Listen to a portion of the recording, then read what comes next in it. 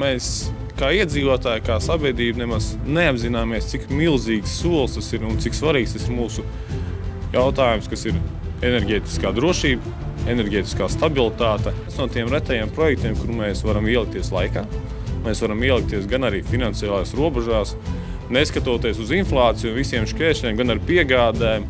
Un tas ir tas, kas dod iedvesmu to, ka mēs varam realizēt lielus projektus. Un mēs esam spējīgi to izdarīt. Un mēs to arī spējam parādīt ne tikai sev, ne tikai to veikt kopīgi arī ar Baltijas kolēģiem veiksmīgi, bet arī parādīt Eiropā, ka mēs spējam to izdarīt.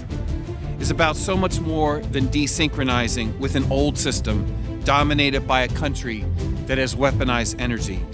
It's about connecting even more closely to European allies, and it's about Latvia's independence, not just in energy, but in terms of economic and national security.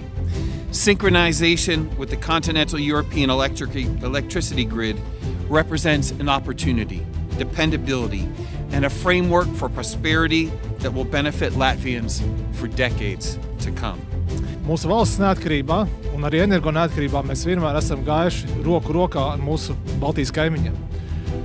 Valsts neatkarībā mēs kopīgi esam stāvējuši Baltijas ceļā, mēs kopīgi vienā un tajā pašā gadā esam ieguvuši mūsu de facto un de jure neatkarību, un līdzīgi ceļu mēs esam gājuši enerģētikā. Kopīgi pievienoties Eiropas Savienībai, mēs šo pēdējo 20 gadu laikā esam stiprinājuši mūsu energo neatkarību, sākot ar jauniem starpsavienojumiem, ar Eiropas valstīm, turpinot tālāk ar sinhronizācijas projektu, kurš ir nozīmīgākais un lielākais energo neatkarības projekts, kāds Baltijā ir bijis.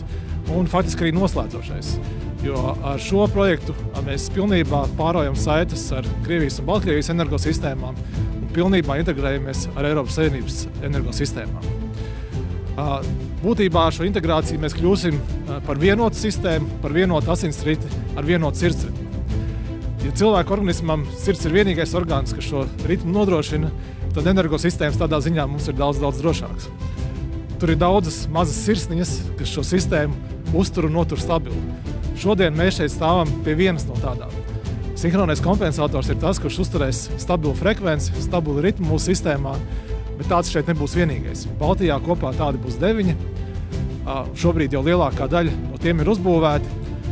Tāpat arī daudz citas sistēmas elementi, pie kuriem mēs šajā sinhronizācijas projektā esam strādājuši, palīdzēs mums nodrošināt stabilu ritmu, stabilu frekvenci un stabilu darbību. Es vēlos pateikt milzīgi paldies pirmkārt visiem augstsprieguma tīkla darbiniekiem, kas ir bijuši iesaistīti šajā projektā. Vēlos pateikt ļoti lielu paldies ministrijai, kas ir atbalstījis mūs šajā procesā. Ļoti liels paldies, protams, Eiropas Savienībai, kas ir piešķīrusi milzīgu finansējumu gan šim sinhronējuma kompensatoram, gan citiem ar sinhronizāciju saistītiem projektiem. It's not only a technological masterpiece, but it also enables connection of a lot of additional renewable power to the grid in Latvia. And this will also enable a greener and more healthy future for all of us. And will also secure a secure power supply and hopefully also lower energy cost in the Latvian society. Mums kā Liepājas pilsētai šis objekts ir arī milzīgi nozīmīgs, jo mēs zinām savus plānus gan vēja enerģijas virzienā, gan arī klimatneitralitātes virzienā. Un tas mums noteikti radīs pamatu daudz drošāk justies arī nākotnes investīcijas plānos un projektos pie tik drošas sistēmas, kādu mēs veidosim šeit pēc dažām dienām.